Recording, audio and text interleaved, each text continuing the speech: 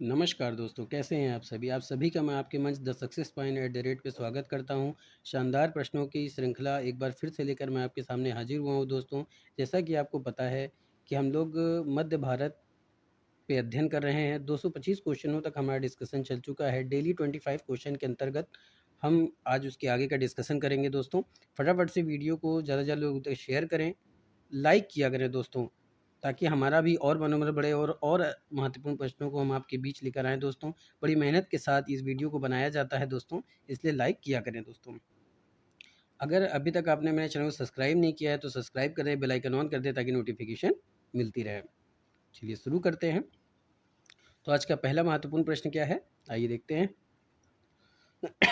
आज का पहला महत्वपूर्ण प्रश्न है कि सल्तनत का सर्वाधिक विद्वान शासक जो खगोल शास्त्र, गणित एवं आयुर्विज्ञान सहित अनेक विद्याओं में माहिर था, कौन था? इल्तुतमिश, अलाउद्दीन खिलजी, मोहम्मद बिन तुगलक, सिकंदर लोदी। यानी सल्तनत का सर्वाधिक विद्वान शासक कौन सा था जिसको खगोल शास्त्र, गणित और आयुर्विज्ञान, ठीक है, का ज्ञान था? वो कौन सा शासक था? इल्तुतमिश, अलाउद्दीन खिलजी, मोहम्मद बिन तुगलक, सिकंदर लोदी।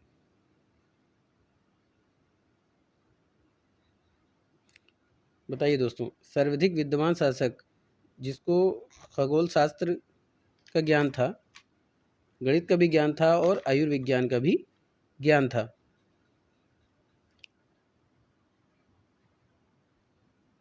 तो दोस्तों ऐसा सुल्तान कौन था?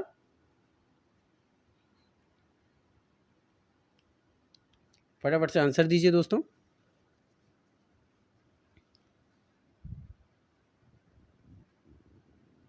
जिसे ज्ञान था। देखिए दोस्तों, अगर आप लोग आंसर नहीं देंगे तो कैसे काम चलेगा? तो फटाफट से आंसर दीजिए जिसको तीनों का ज्ञान था दोस्तों। देखिए ये बहुत ही महत्वपूर्ण प्रश्न है दोस्तों, ये कई बार आ चुका है। वैसे तो क्वेश्चन रिपीट नहीं होते हैं, लेकिन ये दिया हुआ है दोस्तों। तो कौन था? मोहम्मद बिन तुगलक। तो C is the right answer for this question. अगले प्रश्न की तरफ चलते हैं। अगला प्रश्न क्या कह रहा है कि दिल्ली के किस सुल्तान ने एक अलग कृषि विभाग अमीर कोही की स्थापना की एवं फसल चक्र की योजना बनाई थी? कौन सा शासक था? इल्तुतमिश, बलबन, अलाउद्दीन खिलजी, मोहम्मद बिन तुगलक। तो दिल्ली के जिस सुल्तान ने पृथक कृषि विभाग अमीर कोही की स्थापना की थी एवं फसल चक्र की योजना बनाई थी, उसका नाम था मोहम्मद बिन तुगलक।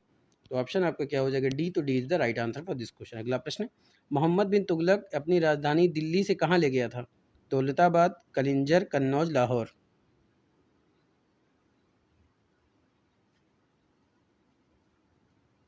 तो दोस्तों मोहम्मद बिन तुगलक अपनी राजधानी दिल्ली से दौलताबाद ले गया था। कहाँ ले गया था?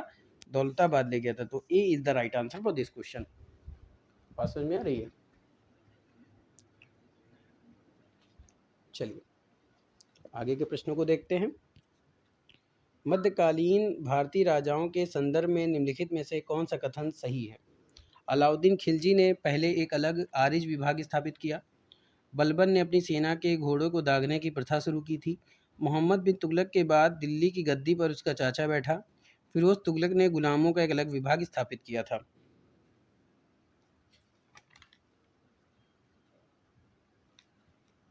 बताइए कौन सा कथन सही है? तो दोस्तों इसमें जो कथन सही है कि फिरोज तुगलक ने गुलामों का एक अलग विभाग स्थापित किया था, यही कथन सही है। D is the right answer for this question. अगला प्रश्न, होली का के त्यौहार को सार्वजनिक उत्सव में भाग लेने वाले, यानी होली त्यौहार के सार्वजनिक उत्सव में भाग लेने वाले दिल्ली का प्रथम सुल्तान कौन था? फिरोज शाह तुगलक, मोहम्मद बिन तुगलक, सिकंदर लोदी, इब्राहिम लोदी।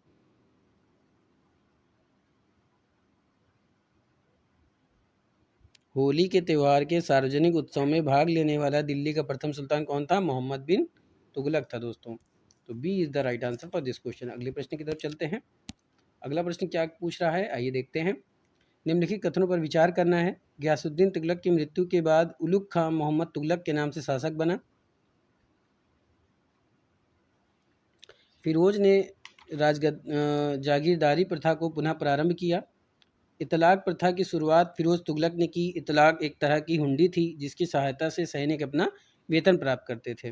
फिरोज की नहर प्रणाली के बारे में तारीख मुबारक शाही में विस्तृत वर्णन मिलता है?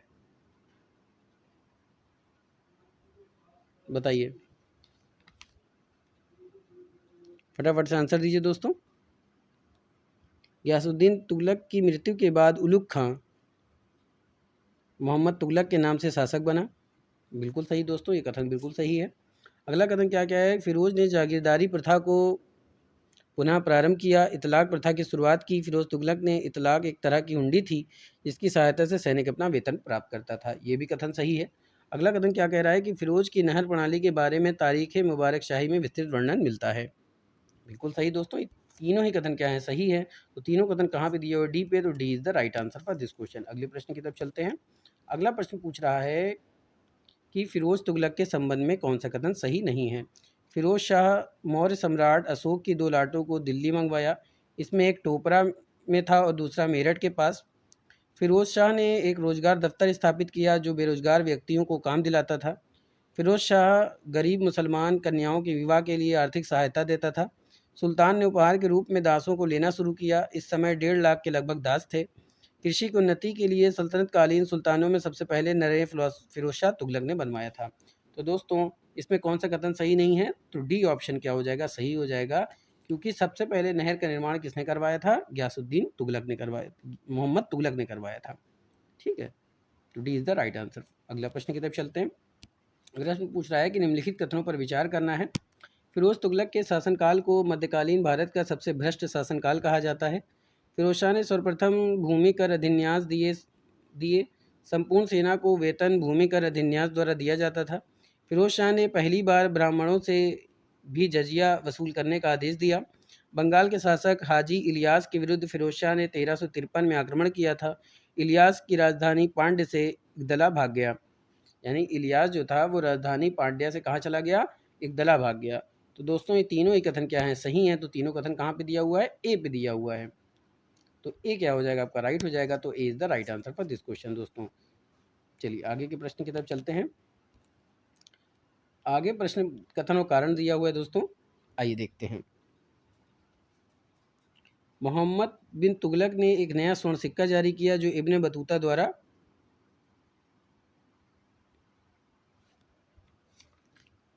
दोस्तों इस प्रश्न को देख लिया जाए। देखिए, मोहम्मद बिन तुगलक ने एक नया स्वर्ण सिक्का जो इब्न बतूता द्वारा दीनार कहा गया दोस्तों। क्या कहा गया? दीनार। ठीक है,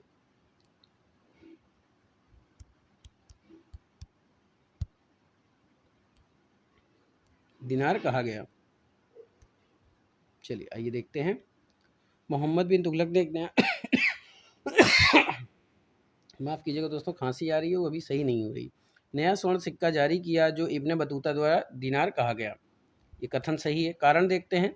मोहम्मद बिन तुगलक पश्चिम एशिया तथा उत्तर अफ्रीकी देशों के साथ व्यापार में अभिवृद्धि के लिए स्वर्ण सिक्कों की टोकन मुद्रा जारी करना चाहता था। आइए, कथन कारण हमने देख लिया। अब देखते हैं कि इसका आंसर क्या होगा दोस्तों। तो दोस्तों, ए और आर दोनों सही हैं तथा आर ए की सही व्याख्या करता है। ये बिल्कुल सही है दोस्तों। तो A is the right answer for this question. अगला प्रश्न, सर्वप्रथम लोक निर्माण विभाग की स्थापना किसने की थी? अलाउद्दीन खिलजी ने, बलबन ने, फिरोज शाह तुगलक ने या इल्तुतमिश ने? सर्वप्रथम लोक निर्माण विभाग की स्थापना फिरोज शाह तुगलक ने की थी दोस्तों। तो ऑप्शन आपका क्या हो जाएगा? सी। तो C is the right answer for this question. अगला प्रश्न क्या कह रहा है? दिल्ली के किस सुल्तान ने ब्राह्मणों पर जजिया कर लगाया था? बलबन ने, फिरोज शाह तुगलक ने, अलाउद्दीन खिलजी ने, मोहम्मद तुगलक ने?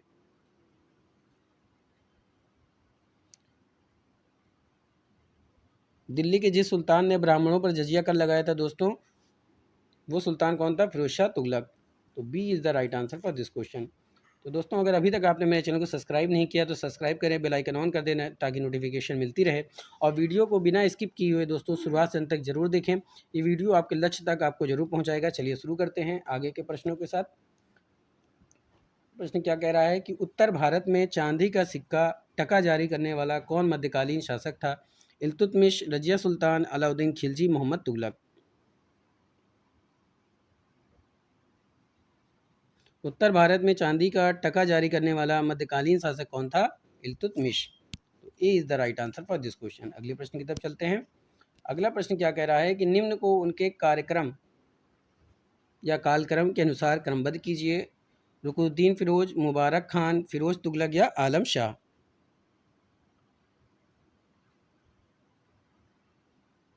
ठीक है दोस्तों, तो ये कार्यक्रम नहीं, क्रमाक्रम, ठीक है, अनुक्रम आप कह सकते हैं, क्रम अनुसार कह सकते हैं। ठीक है, इसको क्रम अनुसार भी कह सकते हैं आप लोग। क्रम अनुसार क्रमबद्ध करना है। आइए देखते हैं। तो दोस्तों पहले कौन था ये देखना है। तो पहले रुकनुद्दीन फ़िरोज़ था, फिर मुबारक खान था, फिर फ़िरोज़ तुगलक था, फिर आलम शाह था दोस्तों। ठीक है, पहले कौन था? रुकनुद्दीन फ़िरोज़,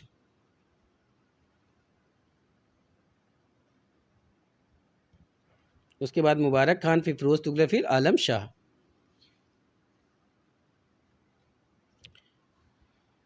तो कौन सा ऑप्शन सही हो जाएगा दोस्तों? ये हो जाएगा आपका सी वाला। तो C is the right answer for this question. अगले प्रश्न की तरफ चलते हैं। अगला प्रश्न क्या कह रहा है कि घड़ी अथवा ग्रह कर लगाने वाला दिल्ली का प्रथम सुल्तान कौन था? बलबन, अलाउद्दीन खिलजी, मोहम्मद तुगलक, फिरोज शाह तुगलक। घड़ी अथवा ग्रह कर लगाने वाला दिल्ली का प्रथम सुल्तान कौन था?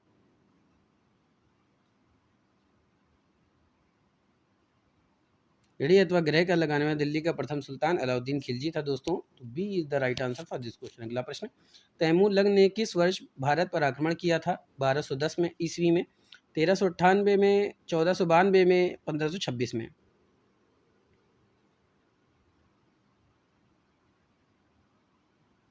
तैमूर लंग ने भारत पर 1398 ईस्वी में आक्रमण किया था। कब किया था? 1398 में। B is the right answer for this question. अगले प्रश्न की तरफ चलते हैं।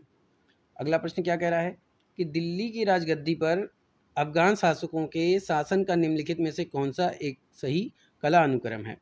सिकंदर शाह, उसके बाद इब्राहिम लोदी, उसके बाद बहलोल लोदी। सिकंदर शाह, बहलोल लोदी, इब्राहिम लोदी, बहलोल खान लोदी, सिकंदर शाह, इब्राहिम लोदी, बहलोल खान लोदी, इब्राहिम लोदी या फिर सिकंदर शाह। तो दिल्ली की राजगद्दी पर अफगान शासकों के शासन का निम्नलिखित में से जो एक सही काला अनुक्रम है वो कौन सा है दोस्तों? वो है बहलोल लोदी, फिर सिकंदर शाह, फिर इब्राहिम लोदी। कौन सा ऑप्शन हो जाएगा? सी। तो C is the right answer for this question. अगले प्रश्न की तरफ चलते हैं। महाराजा सांगा ने इब्राहिम लोदी को किस युद्ध में पराजित किया था? खतौली के युद्ध में, सारंगपुर का युद्ध में, सिवाना का युद्ध में, खानवा का युद्ध में।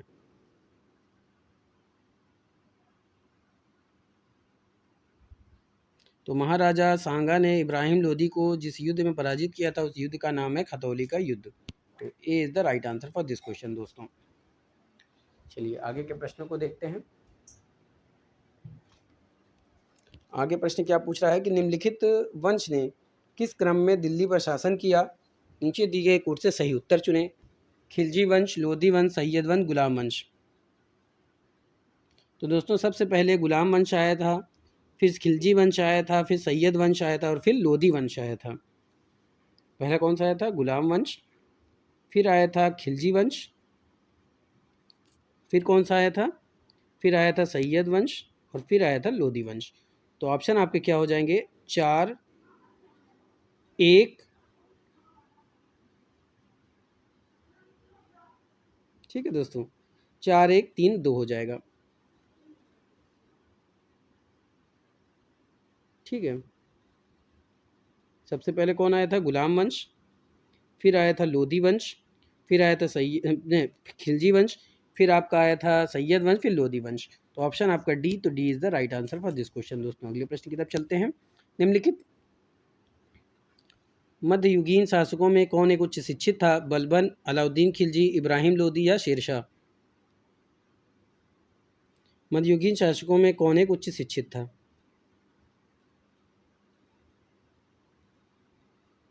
तो मध्ययुगीन शासकों में जो सबसे ज़्यादा शिक्षित था वो था इब्राहिम लोदी। तो C is the right answer for this question. अगला प्रश्न क्या है?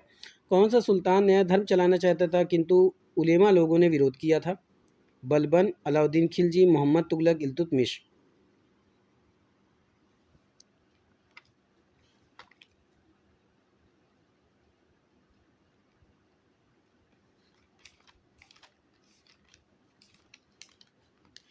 कौन सा सुल्तान था जो नया धर्म चलाता था किंतु उलेमा लोगों ने क्या किया था, उसका विरोध किया था?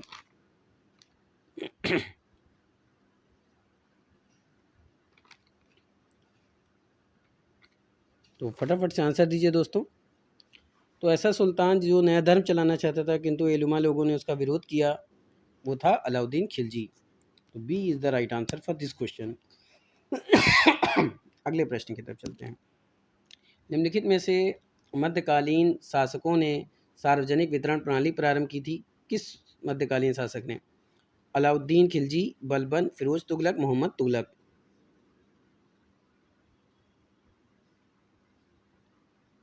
सार्वजनिक वितरण प्रणाली प्रारंभ करने वाला मध्यकालीन शासक कौन था? अलाउद्दीन खिलजी था।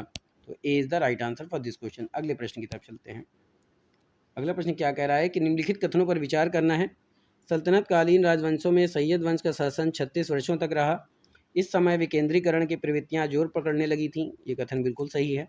अगला कथन क्या कह रहा है कि खिरिज खां सैयद वंश का संस्थापक था, किंतु 1414 में सिंहासन ग्रहण कर उसने अपने को पैगंबर मोहम्मद का वंशज बताया था। ये भी सही है। अगला क्या कह रहा है कि खिरिज खां अपने सिक्कों पर तुगलक सुल्तान का नाम अंकित करवाया था।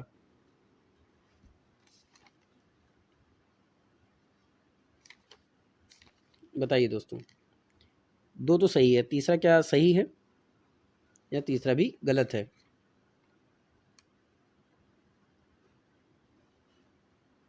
खिरिज खां ने अपने सिक्के पर तुगलक सुल्तान अंकित करवाया था। ये भी कथन सही है दोस्तों।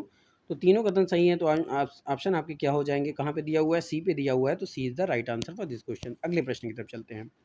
अगला प्रश्न क्या कह रहा है कि निम्नलिखित में से कौन सा कथन सही नहीं है? दिल्ली सल्तनत के राजवंशों में लोधी वंश अंतिम था, या भारत में स्थापित होने वाला प्रथम अफगान राज था? बिल्कुल सही है। लोधी वंश का 75 वर्षीय इतिहास संघर्षों की कहानी बताता है। यह भी सही है। लोधी राजवंश अफगानों की गिलजई कबीले की शाखा साहू खेल से संबंधित था। ये भी कथन सही है। कौन सा कथन सही नहीं है आपको ये बताना है। तो याहिया बिन अहमद सरहिंदी को संरक्षण लोधी वंश ने दिया था। तो दोस्तों ये गलत है, क्योंकि ये तुगलक वंशों ने दिया था। तो यही कथन क्या हो जाएगा? सही हो जाएगा। तो D option is the right answer for this question. अगला प्रश्न, निम्नलिखित कथनों पर विचार करना है। बहलोल की एक प्रमुख सफलता जौनपुर को दिल्ली सल्तनत में सम्मिलित करना था। जौनपुर में शर्की वंश की स्वतंत्र सत्ता थी, जिसे बहलोल ने पराजित किया। ये कथन सही है। अगला कथन क्या कह रहा है कि ग्वालियर के राजा मानसिंह तोमर ने 80 लाख टके के बहलोल को उपहार में दिए थे। ये भी कथन सही है। बहलोल लोधी का अत्यंत महत्वपूर्ण कार्य सल्तनत के मुद्रा शास्त्रीय इतिहास में सिक्कों का प्रचलन था, जो अकबर के समय तक विनिमय का माध्यम बना रहा।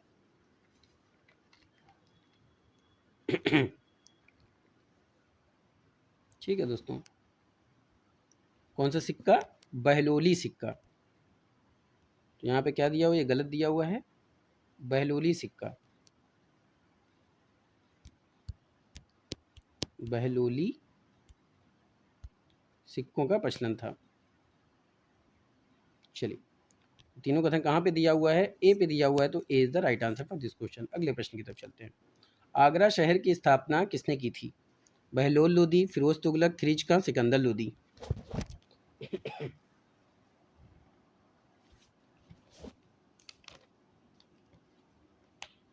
तो दोस्तों आगरा शहर की स्थापना सिकंदर लोधी ने की थी। किसने की थी? सिकंदर लोधी ने की थी। तो D is the right answer for this question. दोस्तों तो ये था आज का शानदार महत्वपूर्ण प्रश्नों की श्रृंखला। उम्मीद करता हूँ कि आपको पसंद आया होगा। तो फटाफट से इसको वीडियो को शेयर कर दें, लाइक कर दें। फिर मिलेंगे नए जुनून के, इसी जुनून के साथ, आगे के प्रश्नों के साथ। तब तक के लिए जय Hind, wish you all the best.